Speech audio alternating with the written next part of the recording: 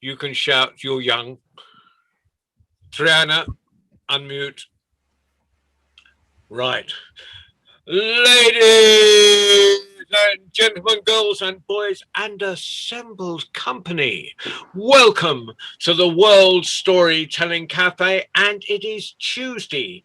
Therefore, it is time for our young tellers to introduce themselves to the world. The world actually has got used to a couple of our people. Hala has been doing amazing stuff. Yaznama has been amazing stuff, but we've got new people tonight. So I'm going to count to 3. And on 3, I want you all to shout, hello, everybody, but in your own language. 1, 2, 3. Louder, louder. सब लोग को नमस्ते. Namaste. Fantastic. Right. I suppose we better get a running order together now. We'll Hala, what would you like to start as one of our veterans, one of our experienced tellers? Yes, I want to start. Okay, so we'll all mute apart from Hala now, okay. Including me. During one of the trips on the train, a young 20-year-old suddenly shouted, "Dad, look at the trees. It's going back." The father smiled at his son, while the rest of the passengers looked at the young man with compassion. And it was only a moment until the young man shouted again, "Dad, Dad, look at the clouds in the sky. They are joining us too." The father smiled again, and at that time, one of the passengers approached him and said to him, "Why don't you show your son a good doctor?" And the father replied, "I did. In fact, we're returning from the hospital. My son has been blind since birth, and only today his sight that has returned." The principle of this story: each of us has a story. So don't judge others until you know them well. The truth about them may surprise you.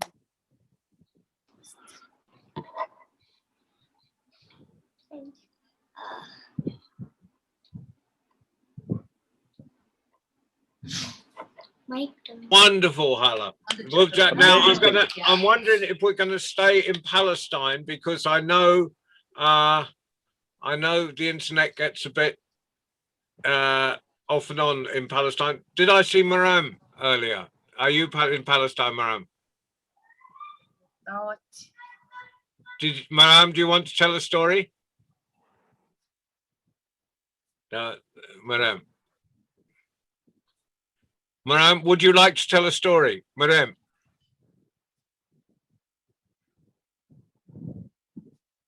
Please tell us a story.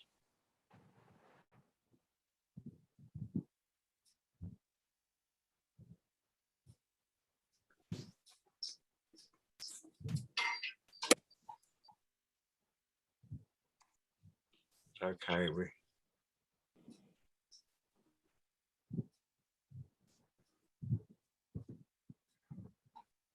the wonders of traveling the world on the virtual highway. Maram, are you ready?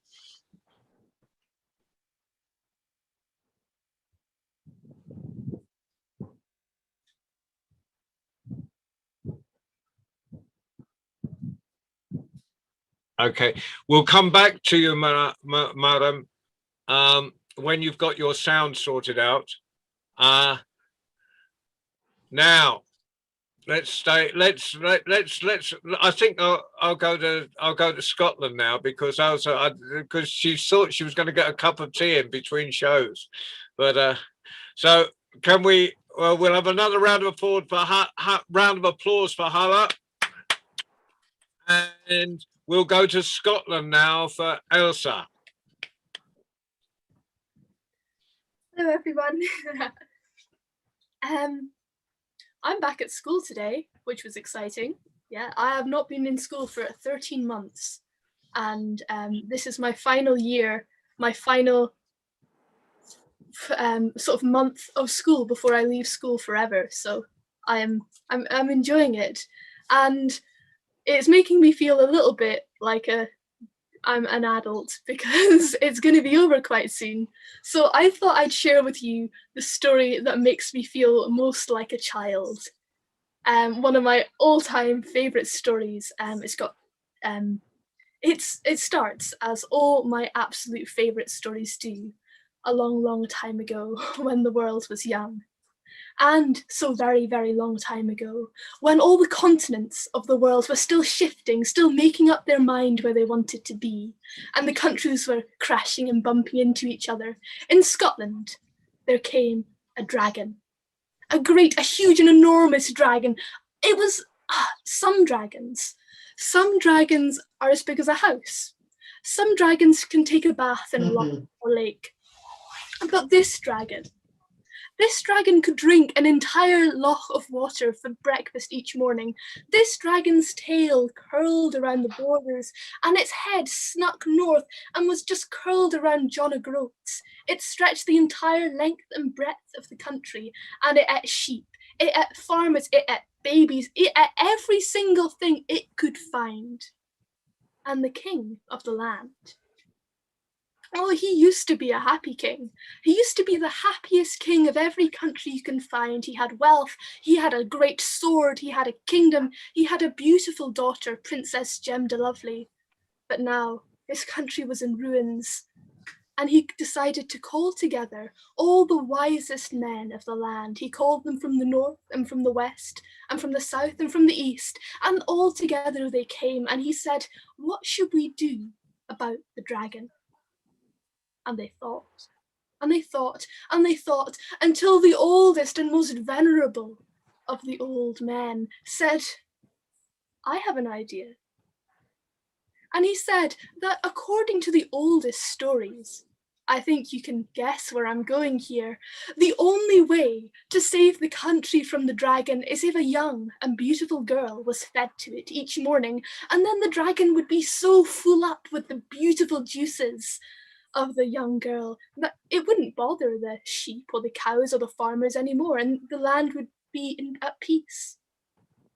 And so the king sent out his proclamation to the north and the south and the east and the west that from that day on, a young girl would be fed to the dragon each morning. And you can imagine, the young girls of the country weren't too pleased about that, and across the country you could hear doors slamming as they hid in their bedrooms, they hid in the basements, they hid in the attics. Not one girl wanted to be fed to the dragon. And the only girl left standing was Princess Jem de Lovely. And she knew that if this was what she had to do, this was what she had to do. And she'd said to her father, I will be fed to the dragon. If it's the only way to save the country, this is what I will do. But then the king flew into a rage. He did not expect his own daughter to be fed to the dragon. And he said, "If anyone can kill this dragon, I will give them my sword." Snickersnapper. Such a great name for a sword. "And I will give him half of my kingdom, and I will give him Princess Jem de Lovely's hand in marriage." And the proclamation was sent out to the east and the west and the north and the south. Princess Jem de Lovely thought he could do what he wanted with his sword and with his land, but she'd keep her hand to herself, thank you very much. But that didn't stop. Night after night, noble after noble, riding out to fight the dragon. And Princess Jem de Lovely watched them go from the high window in her tower. And she watched as the feathers from the plumes of their helmets floated past her window, the only bits of them that were left. And one day, as she was watching people pass on the street below, she saw a boy that didn't look like the sort of people that fought dragons. She saw Asapattle. Now, Asapattle was special. He was the seventh son of the seventh son, and they are a little bit odd. Whenever it was time, his mother would say, "It's time to milk the goats." He would say, "Oh, I know a grand story about milking goats. Would you like me to tell it to you?" When his father would say, "It's time to plough the fields," he would say, "Oh, I know a grand poem about ploughing the fields. Can I recite it to you?" When his brothers would say, it's time to go chop the trees, Asapatl would say, oh, I've got a lovely song about chopping trees. Can I sing it to you? And soon it was made very clear to Asapatl that if he wanted to keep all his hands and legs on his body, he would move on and go seek his fortune with his stories and his songs and his poems elsewhere. And so he set out along the road to try and find someone that would listen to him, listen to his beautiful poems and stories and songs. And as he walked along the path, he saw a beautiful girl gazing down at him from the castle window. And he thought, that looks like the sort of girl that would enjoy a wee poem or a wee song. And so he knocked at the castle door. And it was opened by the king himself, and Asapatl was told in no uncertain terms that if he wished to speak to Princess Gemdelovely, he would have to sort out the great big dragon first. And Princess Gemdelovely heard this and crept out round the back and met up with Asapatl, because she quite liked the look of him too, and they came up with a plan.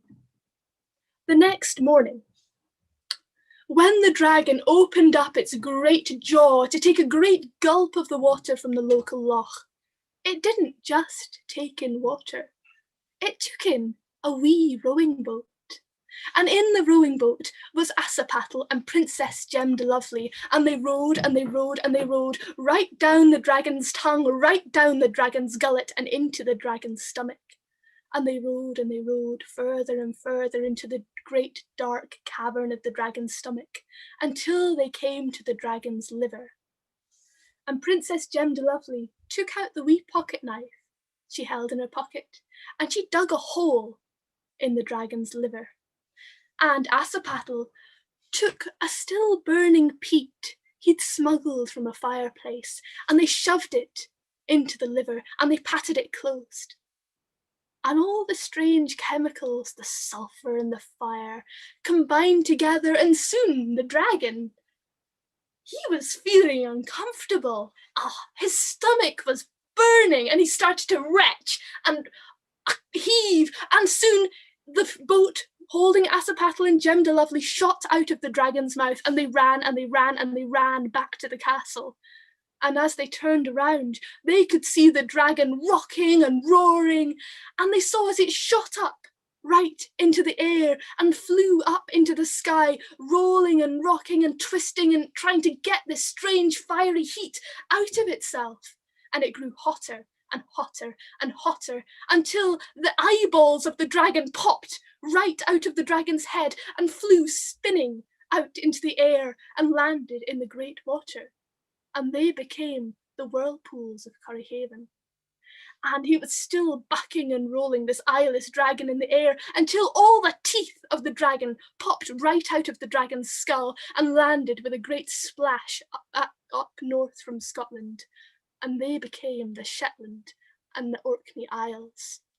And the dragon, still roaring and bellowing, this great teethless, eyeless dragon, collapsed into the water to the west of Scotland.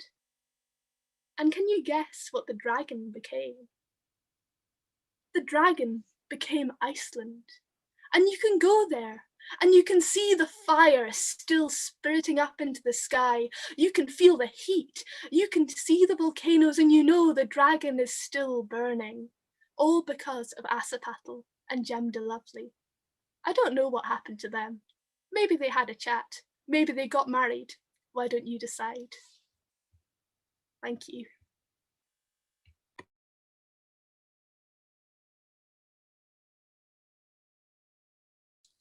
Thank you, Elsa. That was fantastic. Now, madam, have you managed to get your audio sorted?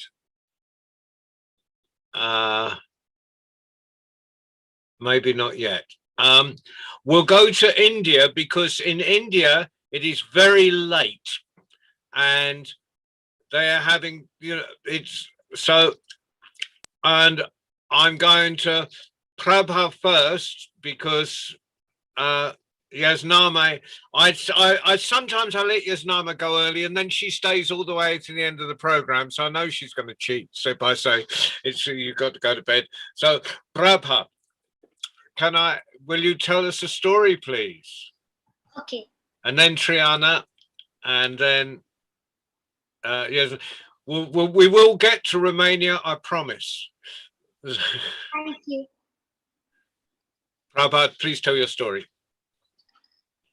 Hi everyone. My name is Prabhanjana. I'm studying third standard Vidya Mandir, Chennai.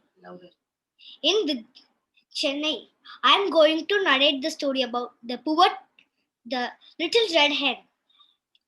Once upon a time, there lived little red hen with some other animals in the barn like pig, cat, and duck. She may be little, but she was the active inmate in the barn. She kept everything clean and tidy. One day, while she picking on the ground, she found some big grains. She knew that the grains could be planted and made into a delicious bread. So she went to the pigsty and asked, click, click, click, click, I need someone to help me plant the wheat. Will you help me? Asked the little red hen. Oink, oink, not I, said the pig and returned to the sty. So she went to the cat and asked, click, click, click, I need someone to help me plant the wheat. Will you help me? Asked the little red hen. Meow, meow, not I, said the cat. Can't you see me? I'm busy. So she went to the pond where the duck swimming lazily. Cluck, cluck, cluck. I need someone to help me plant the wheat. Will you help me? Asked the little red hen. Quack, quack, not I, said the duck and returned to the pond. So she said, cluck, cluck, cluck, cluck, then I will do myself, said the little red hen and returned to the field and planted the wheat in the soil. So after some time, when the wheat grown tall and golden yellow, she wanted to harvest. So she went. Who will help me in cut the wheat? Asked the little red hen. Not I, oinked the pig. Not I, meowed the cat. Not I, quacked the duck. Then I will do myself, said the little red hen. Once the wheat had been ground into flour, it was time to bake the bread. So, who will help me bake the bread? Asked the little red hen. Not I, oinked the pig. Not I, meowed the cat. Not I, quacked the duck. Then I will do myself, said the little red hen. So she made the flour into a loaf of bread with help of oven. So the smell of the bread filled in the air. The pig, cat, and duck running into the kitchen. Cluck, cluck. Who will help me eat the bread? Asked the little red hen. I will, oink the pig.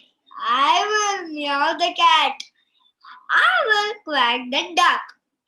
Did you help me plant, harvest, mill, and bake the bread? The other animals shook their head. No.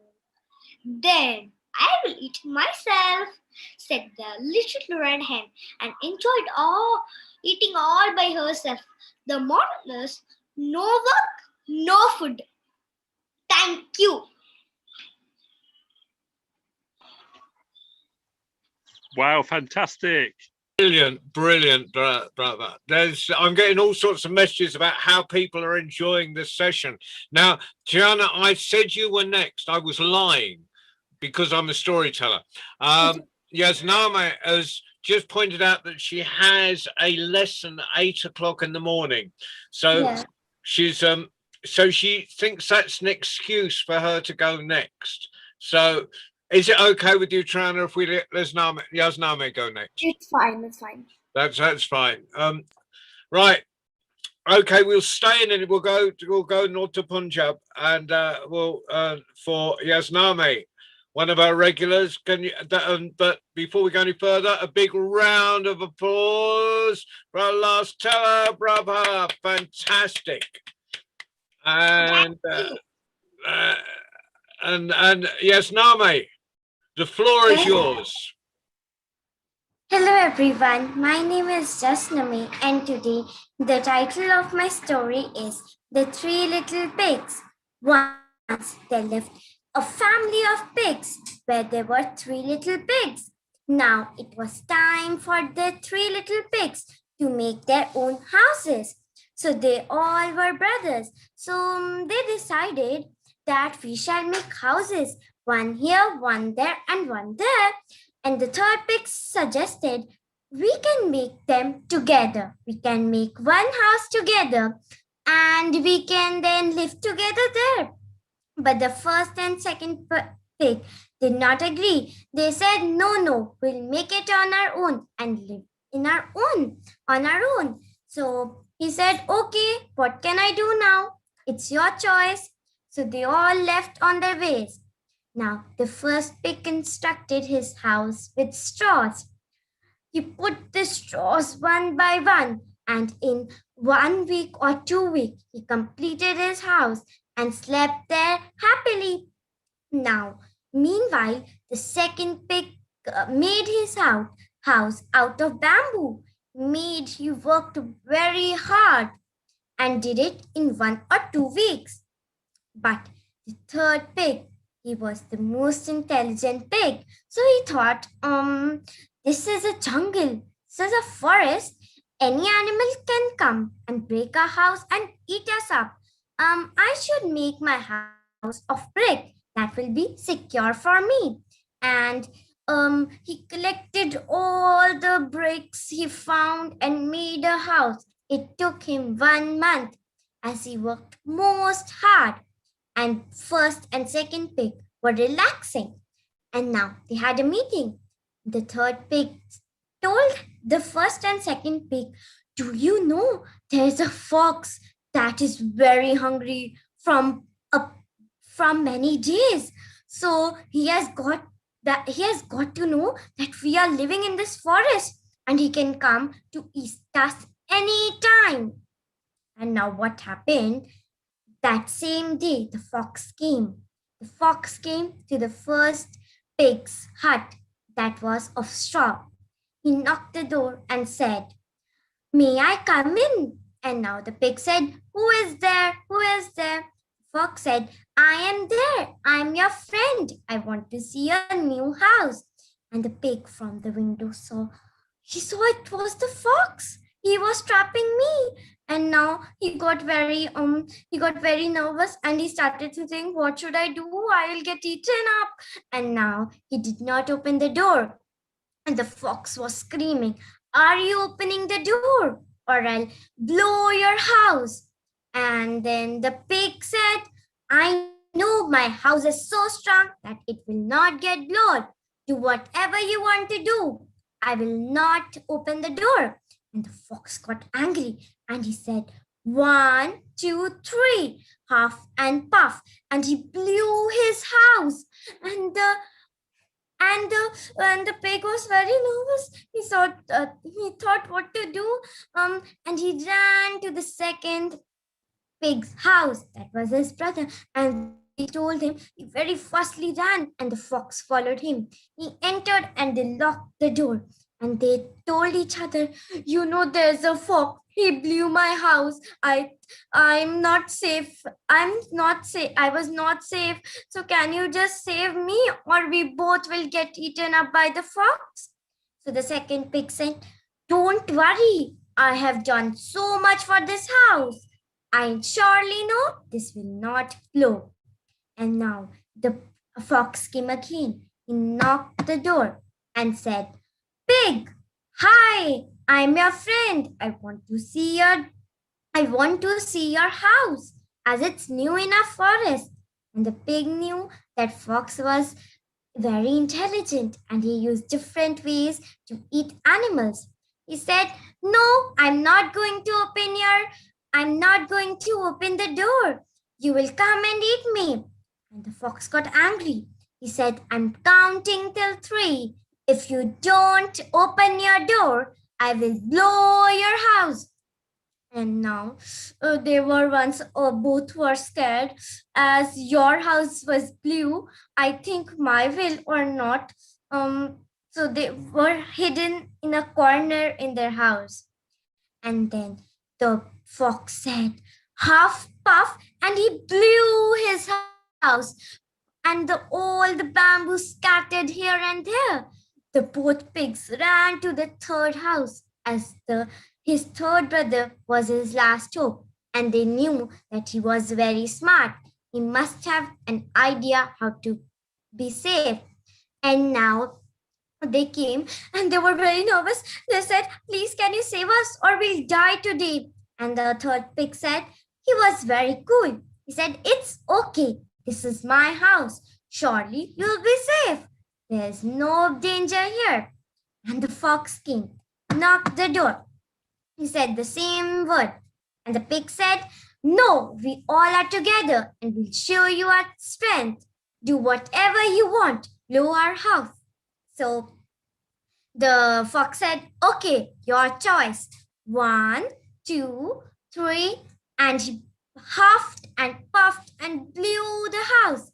But this time the house did not blow, because it was made up of bricks. And they said, "Yes, I told you this will not get broken."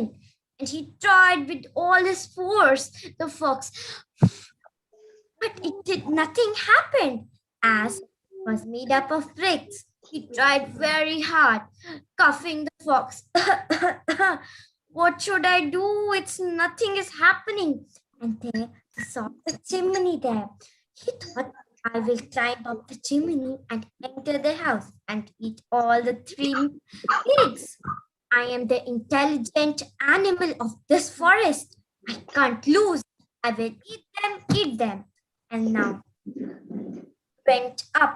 While he was going to the chimney, the third pig noticed that the chimney is open.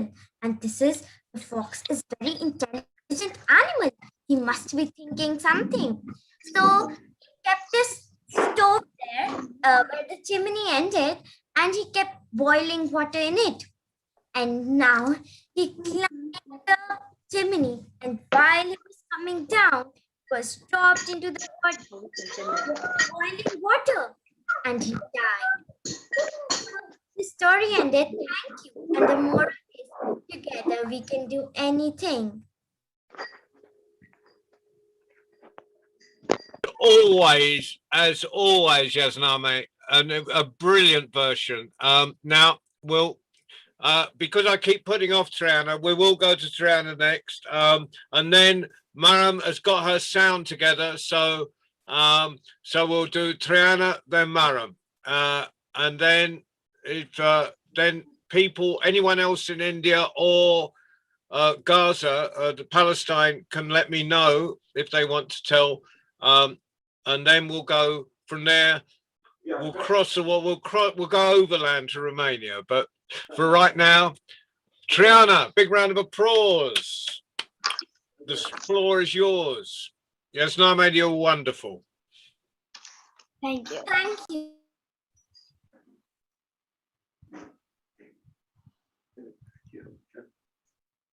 Hello listeners, my name is Triana Teku and I am from India. And today I'm going to take you through a humorous story written by me that is inspired by real life incidents about a woman named Angelina White who works at 911 and receives dumb calls every hour or so. Here is Angelina White for you. Ever receive an excruciatingly dumb call? Did you continue the call just to see their reaction, or did you hang up the moment things got annoying? Ever receive an advertisement call? That's what most of my job feels like. My name's Angelina White, better known as Angel. I work as a 911 dispatcher. Every single day, I wake up at 4 p.m. I have a night shift and go to work. I come home at 4 a.m. and go to sleep. Most of my night is a waste because of all of the dumb calls I receive. The moment I get to work, I receive a call from the same number again and again. And the only thing the fool says is, "Hello, is your refrigerator running?" I yell back, "Do you not understand? This is 911," and hang up on him. Then, after a bunch of important calls, I normally receive numerous dumb ones on a daily basis. It's enough to make one mad. One call was so dumb that I'll remember it for the rest of my life. 911, what's your emergency? Help! My armpits are sweaty. My head is going flat. I rolled my eyes. "Ma'am, this is 911. I'm aware. Now dispatch your spa woman people thingy majingies. We don't have that service. Please book an appointment with your nearby spa and waste your own money." I banged my head on my desk and hung up. Another call that I receive pretty much on a daily basis. 911, what's your emergency? Are you craving pizza? I don't want any. Why are you advertising pizza to 911? I shriek. And by then, my bosses pretty much tell me to shush. This was by far the most annoying call I ever received. Like, no one with any common sense would advertise pizza to an emergency hotline. But on a happier note, at about 7, this little girl asks me to help her with her math homework every Tuesday. Cutest thing ever. Yesterday, I received a surprisingly dumb call. 911, what's your emergency? I asked. "I think I'm dead," the guy on the call said. "What?" I asked him. "I think I'm dead," he repeated. "Do you need an ambulance? Tell me, we'll reach you quickly." "You don't understand, lady. I am already dead." "Think again. If you're talking to me, you're not dead." "I am dead." I smacked my forehead. "If you can pick up your phone and call 911, you're not dead." And hung up. Guess what? The guy was alive. He was sleepwalking and talking. Another time, I received a call from a murderer. 911, what's your emergency? I asked. "I just killed my mom and my sister," the man said. Biting my lip, I dispatched the police and kept him on the line. "Okay, why did you murder them?" I asked, frantically trying to keep him on the line. "I don't know. All I know is I've been planning this for months," he answered. "Is there a reason?" I asked, pressing him harder. "My sister annoys me," he said. "Understandable," I said sarcastically. "But why your mom?" "She wasn't able to buy me my favorite toy when I was a kid." I shook my head. This guy has some serious issues. "Okay, sir, why did you call 911? "Because I want you to revive them," he muttered. "I'm going to need your name," I told him. "Liam Carson," he said. After looking him up, I learned that he had an international warrant, and I just tracked down a murderer. By then, the police had arrived and he was going to be jailed. I'm not sure whether it's possible to be promoted while working for 911, but I definitely got a raise. My boss even congratulated me. "This has been fun, but I need a break. I'm resigning tomorrow and I'm going to pursue my dream as an artist." All this dumb gave me an idea for a piece that I'm going to make. That's called Dumb. It's a working title. And who knows, maybe Angelina White will be in an exhibit near you. Until then, this is me signing off. Thank you.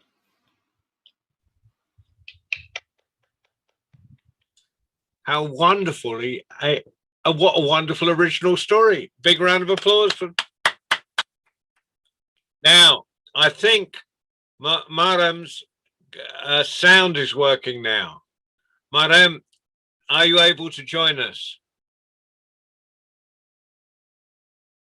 That's the problem with Gaza is that if you miss the moment, you've missed the moment. And but I didn't want to put Triana off any later. So, Maram, are you able to join us? Well, is there anyone else from India that wants to tell? No? Good. Not good, but good. Is there anyone else whose internet is working in Gaza or Palestine that wants to tell? Right. So we will now hold on. Marem put her hand up. Can you switch on your microphone, Marem? She had her mic working just now. When you asked if they wanted to tell a story, they both put their hand up, John. But there's no...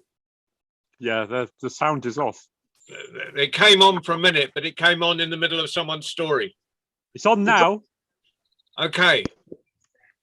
Ah, no, I was looking at the wrong square, Maram. There's yeah, okay. Maram, would you like to tell a story? Please tell.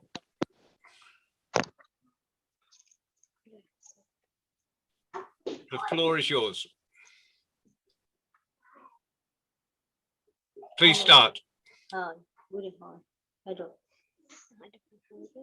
Very hi, hello. Hi, I am Mariam, 10 years old, from Gaza, Palestine. Mrs. Sahar Stiam invited us to come to the cafe.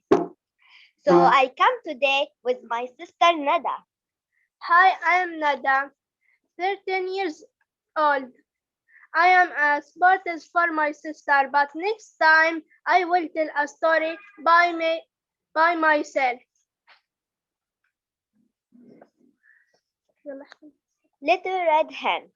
Once upon a time, in a farm, the animals had nothing to eat. They were very hungry, so they decided to cook. The little red hen found a wheat seed and rushed to tell her friends perhaps they would help plant the seed. Who will help me with the seed? Cow, will you help me with the seed? Not I, not I. It's too sunny to do it. Pig, will you help me with the seed? Not I, not I. It's too sunny to do it. Dog, will you help me with the seed? Not I, not I. It's too sunny to do it. Okay, then I should do it all alone.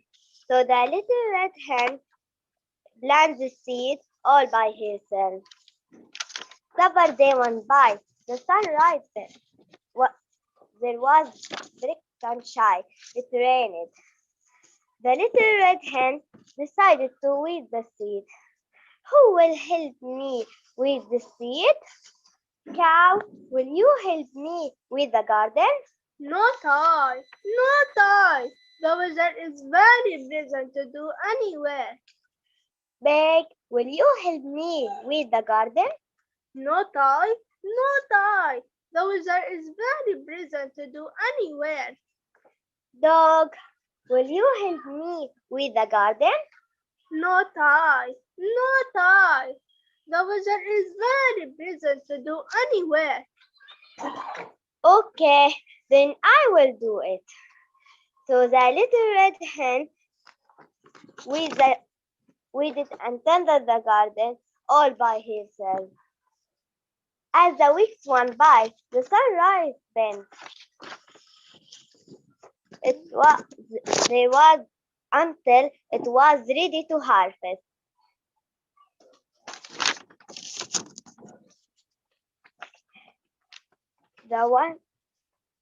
They once had grown all tall and strong, so the little red hen decided to ask her friends to help her thresh the wheat. Cow, will you help me thresh the wheat? Not I, not I. I don't know you. Not I, not I. I want to rest on my bed today. Pig, will you help me thresh the wheat? Not I, not I. I want I want to play the mud today. Dog, will you help me fresh the wheat? Not I, not I. I want to find my bone in the dog house today. Okay, then I will do it all alone. No one helped Little Red Hen, so once again she had to do all the work by herself. So thresh the wheat, and all after she finished, she asked her friends to help her grind the wheat into flour. Who will help me grind the wheat into flour? Cow, will you help me grind the wheat into flour? Not I, not I. It's too close to making time. Pig, will you help me press the wheat? Not I, not I. It's too close to supper time. Dog, will you help me grind the wheat into flour? Not I, not I. It's too close to supper time. Okay, then I will do it. So the little red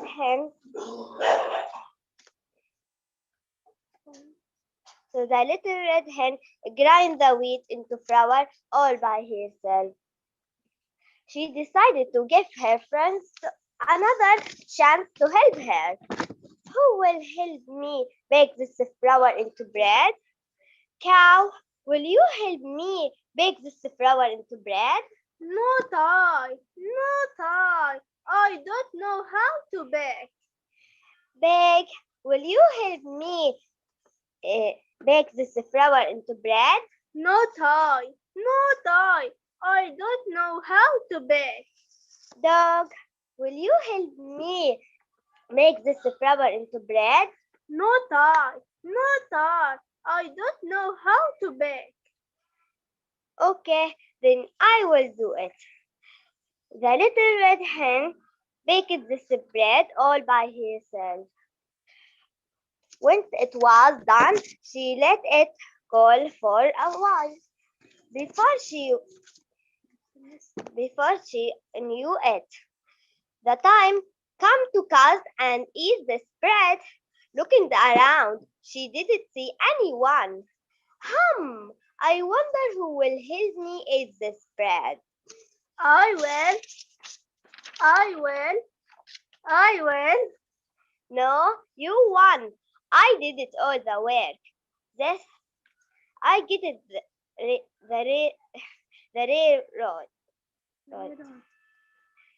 That work, this bread.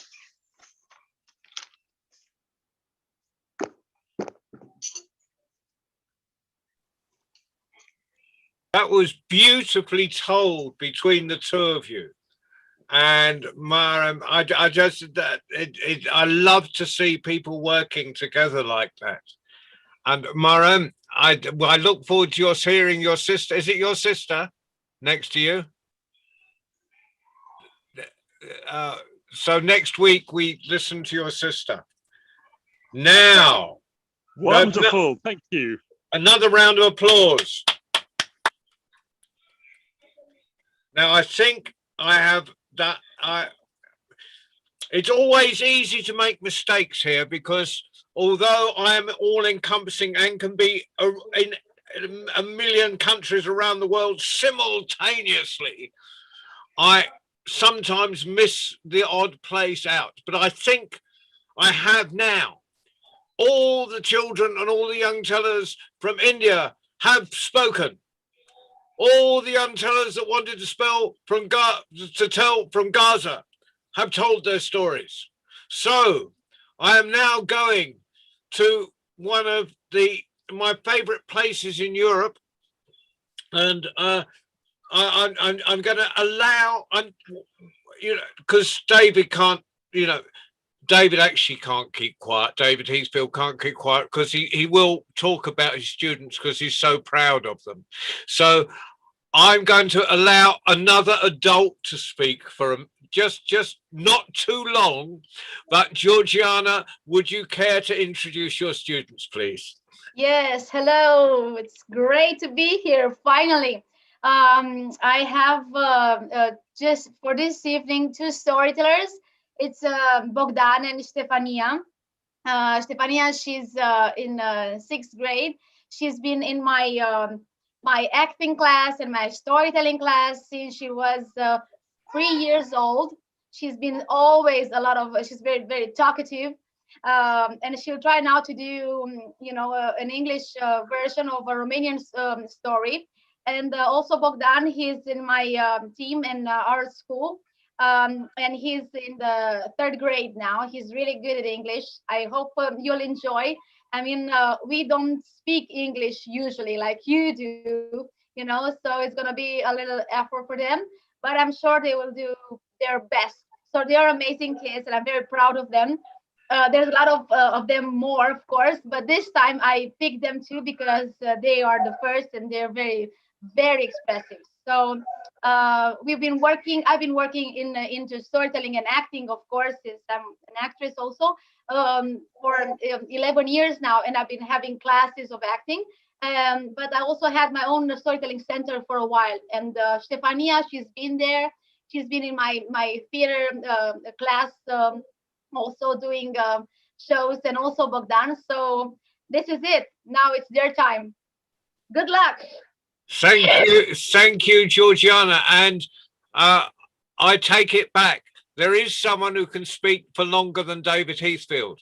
That's Stefania. No. It's perfectly all right. It's perfectly all right. But this is the one forum where the adults come second. And right now, Stefiana, wherever you are on my screen, please, could you tell your story? I'm looking forward to it. I've heard so much about you. Stefiana, the stage is yours. Hi guys, my story for today will be the old lady's daughter and the old man's daughter. At the beginning, I want your help. So, if you could, when I do this sign, to say poor, and when I do this sign, I wanted to say fresh. Yes. Let's start. Once upon a time, there was an old man and an old lady. The old man's daughter was very hardworking and with a very beautiful soul. But the old lady's daughter was very inactive and very lazy. They all lived together. One day, the old lady kicked the old man's daughter away, so she had to leave the home.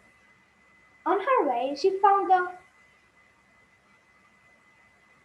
poor fountain, oven, tree, and a puppy. They all asked for her help. She helped them and went on her way. After a long time, she found a house in the tree. It was Saint Kyriakis' house. Saint Kyriaki is in Greek, which means in English Saint Sunday, and we Romanian we are saying Sfânta Duminică. Saint Kyriaki asked her to take care of her children, but what she didn't know that her children were actually wild animals. But she wasn't scared of them, and the animals were scared of her either. When Saint Kyriaki arrived home, the old man's daughter had to choose a chest. She chose the smallest one and went on her way back home. On her way, she met again the poor fountain with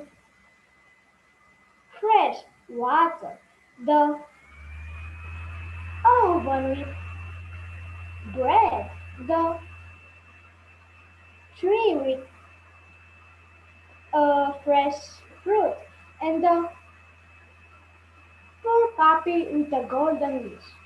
She was asked to take any of them, and after she went back home again. When she arrived home, the old man and his daughter opened the chest, and all of the animals jumped off it.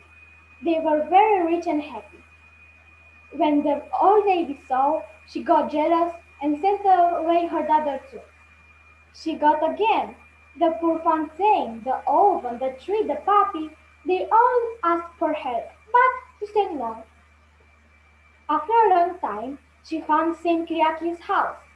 So Saint Kyriaki asked her to take care of her children, but But she was so lazy that she didn't actually care of it. So, when Saint Kiraki arrived home, the old lady's daughter had to choose a chest too. She chose the biggest one. She didn't even say thank you and went home. On her way, she found again the fountain with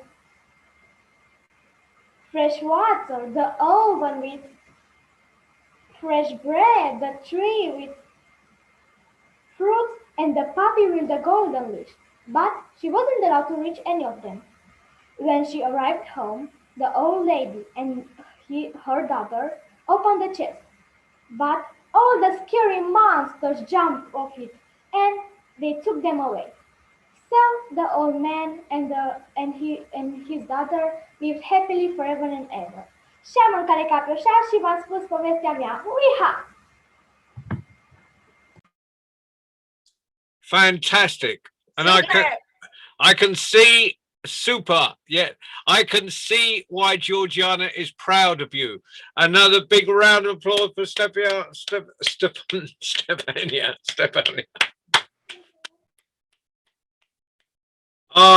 Now we'll go to the other star from Romania, Bogdan. And afterwards, I'm going to get you, after you've spoken, I'm going to get both of you to stand up so people can see your wonderful Romanian national dress. But after Bogdan's told the story. Bogdan, the floor is yours. Please start. Thank you very much. Again, my name is Bogdan Sabo. I'm from Arad, Romania, and the name of my story will be The Fox and the Hedgehog, written by Petre Ispirescu, a very famous writer in Romania, and I hope you like it. Once upon a time, a rabbit, shot by the hunter but not touched by the buckshot to fall dead immediately, he coiled himself in a clump of bushes. He thought he could escape alive, but that was his last hour, and he died. The hedgehog, as clever as God left him, came across this dead rabbit. A little hedgehog, a big rabbit, could not, you see, eat his fill. Every time the hedgehog was trying to eat the rabbit, he grabbed it and at the same time dropped it. Poor hedgehog, he licked his lips and wanted to feast, but it was impossible. The hedgehog was content with very little to be full, but another one had to starve. What am I going to do? He thought. He changed his mind and glanced at the road if only he could find someone with to share his luck. And as he walked and walked and walked, a fox came by and a friendly hedgehog wished her friendly, "Hello, I found you well, Sister Fox. I came across this dead bug and I'd like to share it with a Christian of God." "God bless your heart, brother hedgehog. Thank God you sent you my way. But what is the matter? I think you are talking about a bargain. Let's not waste any more time, and with great fairness I will divide the spoil." The hedgehog was not such fool that the fox, and she's green,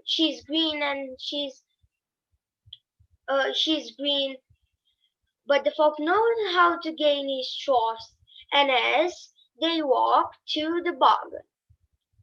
When they arrive in question, the hedgehog presents the fox the bargain that he came across, and say to her to share it as it was their agreement. The fox, as soon as she saw the rabbit, he began to tear it and greedily swallowed the chunks of meat, forgetting about the sharing. The hedgehog was circling the fox, wanting to approach, but the fox flew into a great rage, showing his fangs.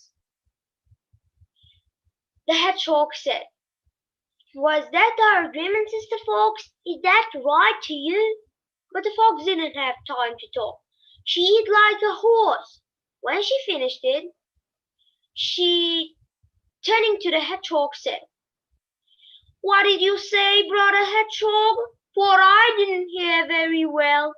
Is this your justice?"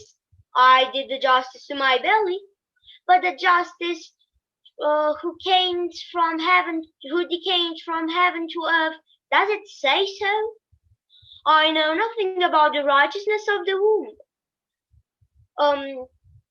I know the justice of justice too, replied the hedgehog. And if you want me to believe you that you were honest, as you promised me, go and put your paw there and take a vote. Otherwise, I don't believe you. The fox, who know no other right thing to do, believe and wanted to be believed by the hedgehog, went with him to take a vote.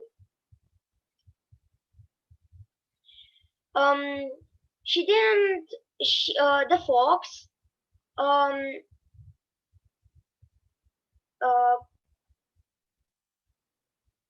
don't believe in that justice, the justice of wisdom.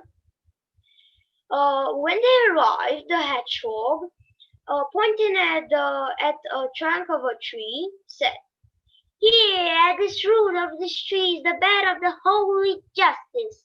Go and put your paw there and swear that all you did was right." The fox said that the hedgehog was stupid, and with not suspecting anything, she'd go and put his paw there. When the hedgehog seen her paw there, he quickly jumped on it and said, "Press hard and swear." As soon as the hedgehog stopped talking, the fox felt his paw trap. It's a trap. You see, the hedgehog, seeing how it down, the hunter set this trap at the root of this old big tree and covered it in leaves. The fox begin to cry with pain and pray to the hedgehog to let it escape from the bed of the holy justice. Now the hedgehog was pretending that he could not hear, that he could not see, but finally he said, "This is what justice demands." The fox began with her tricks, praying again to the hedgehog to let her escape from the bed of the holy justice, so she could not dirty him. And when she will be not more trapped, she'll submit the holy order. The hedgehog said, "You now must tell all your deeds done, because look, the price is here to see all your sins." You see, the hedgehog seen how the hunter was approaching to catch his trap, and he quickly ran away. This was me, Bogdan Sabov. I hope you like this story. Again, it's written by Petre Ispirescu, Romanian writer, and I hope you like it. Georgiana, you should be very proud of your two pupils you brought this week. Thank you very much. Now, I am going to allow all the adults one sentence each. One sentence each. So I know, Jackie, it's very difficult. You're from Aberdeen, and I know that you do very long sentences, but one sentence each, so you can tell each of you tell our tellers how wonderful they are. Can I start? Yes.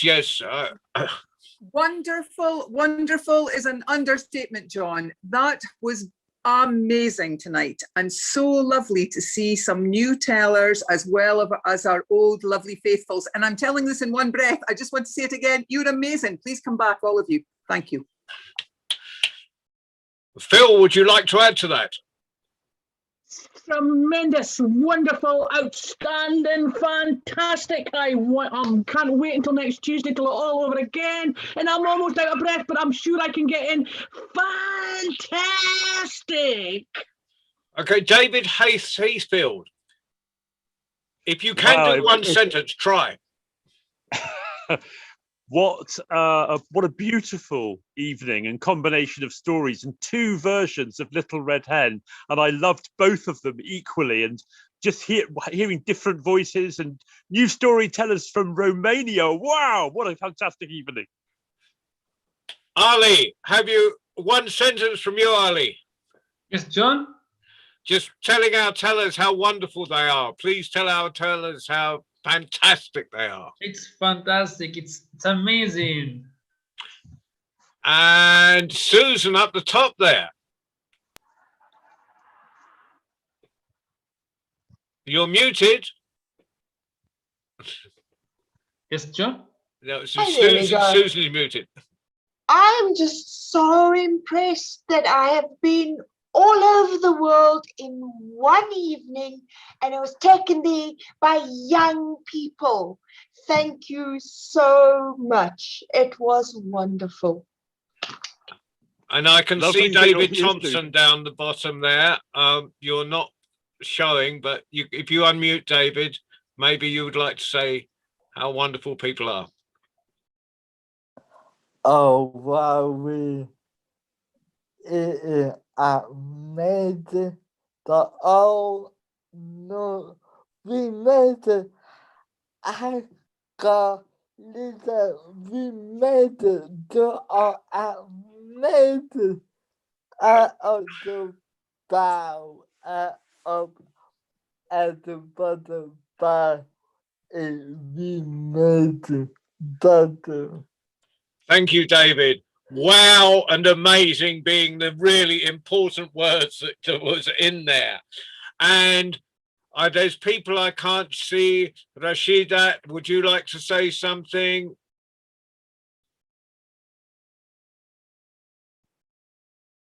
Well, unmute yourself and say Hi, how Rashida. Rashida Hi, in yeah. Nigeria. Hi. Hi, David.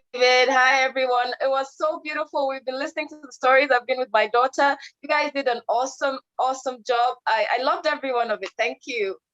Thank you, Rashida. Now, Rashida, will your daughter tell us a story next time? She would love to. She was actually asking if she could. well, can she tell? We've got time. Would she like to tell a story now? Would you? Okay, she said she would try. Go ahead.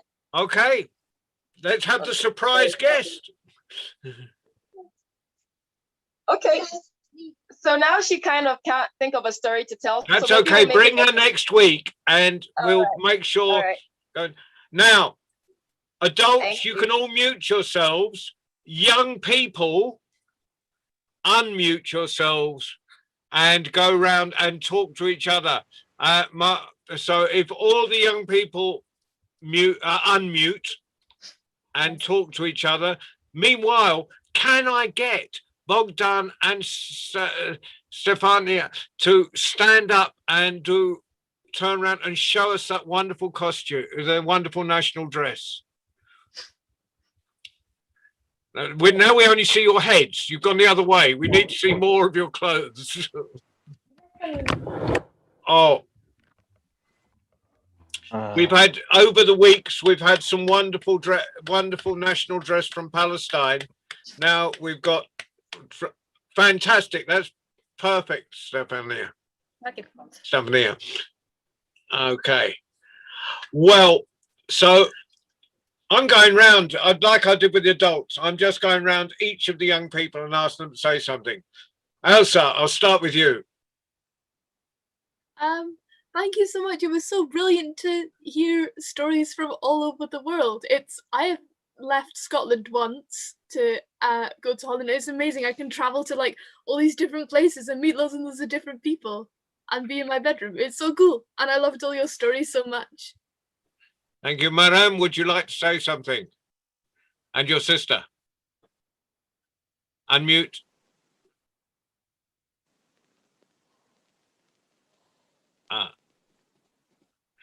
Marem, would you like to say something?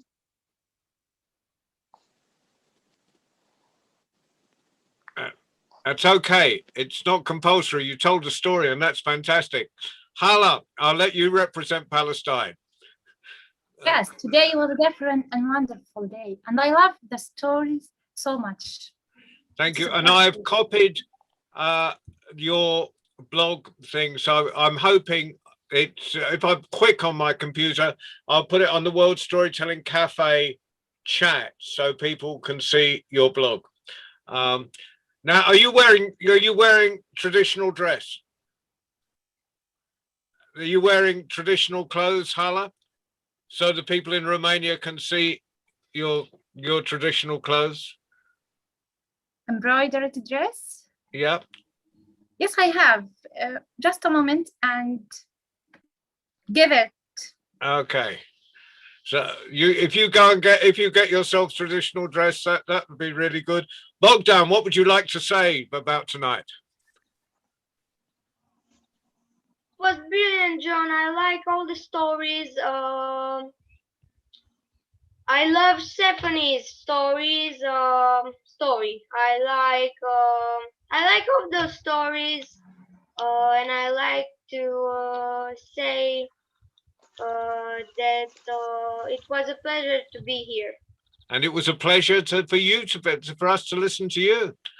And Stefania, what do you think? It was wonderful to tell stories here, and I really enjoyed it. Thank you. And now we've had Romanian national dress. We've got Palestinian. So stand up, Hala, and show that it's beautiful. Hold it up.